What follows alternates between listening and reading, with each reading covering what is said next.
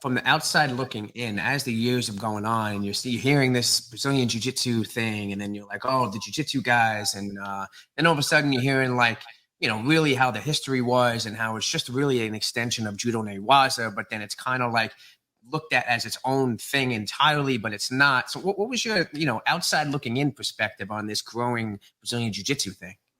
Yeah, I think over time it changed with me. As a kid watching like UFC 1 and watching Royce Gracie, I was already, I think, a purple belt in judo and had been training arm bars and takedowns for years at that point in like the early 90s. I started in the mid 80s.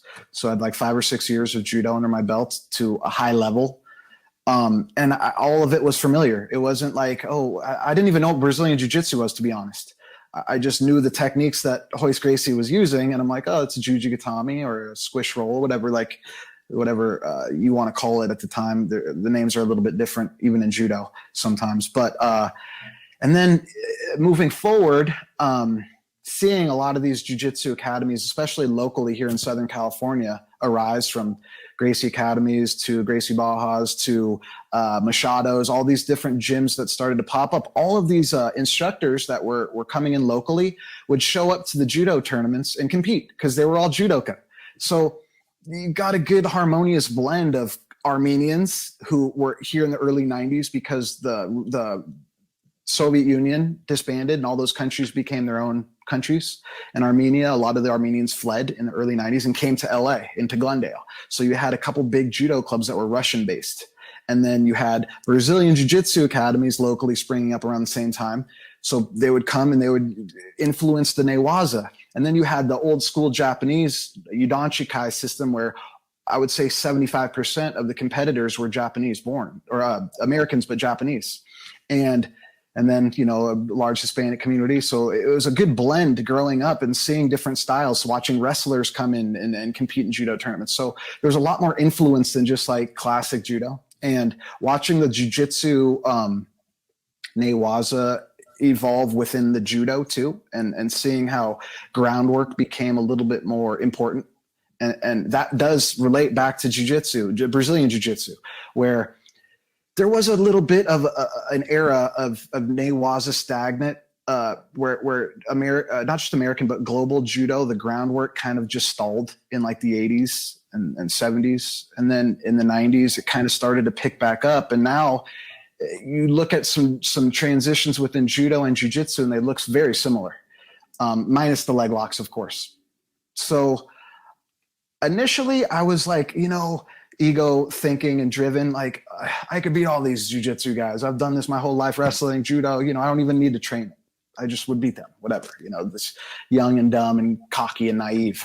So as I started to, open and broaden my mind to learning it and going there, I mean, you're going to get your butt kicked, if you're going for an hour straight doing 10 rounds of 6 minutes.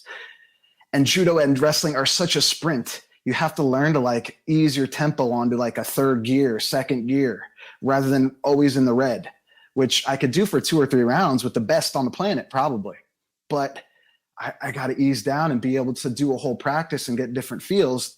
I'm just going to be exhausted. So I learned, I still am not great at it. I still have like this red line in me where a lot of times I want to just like power to top position or be able to get the submission and blow my wad, so to speak.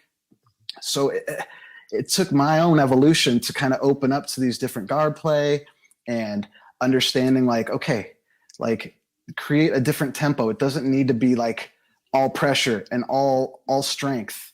So I evolved a lot within jiu-jitsu these last few years, especially where I took it serious, and I would go to open mats a lot from 10 years on till about 6 or 7 years ago. And then as of the last 5 years or so, I wore a white belt.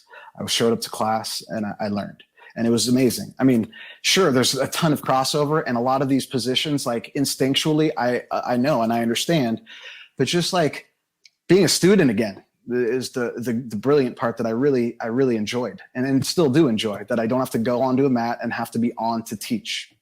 Yeah, the purple belts must have like hated you when you came in. It was always funny when like I would wear a white or I mean, so after my first practice, I got promoted to a purple belt. And then about a month later, I got my brown belts, maybe a couple training sessions later. And then about a year later, I got my black belt.